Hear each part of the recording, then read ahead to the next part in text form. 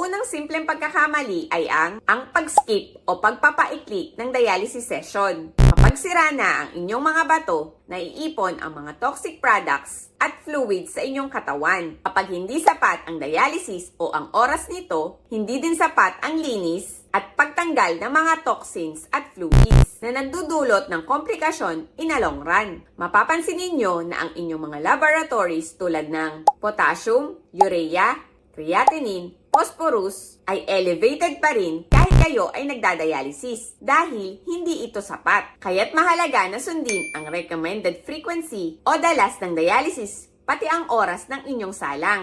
Dahil naniniwala ako na napakahalagang maitama agad ng mga dialysis patient ang mga simpleng bagay na ito upang agad itong maiwasan at hindi na lumala sa katagalan.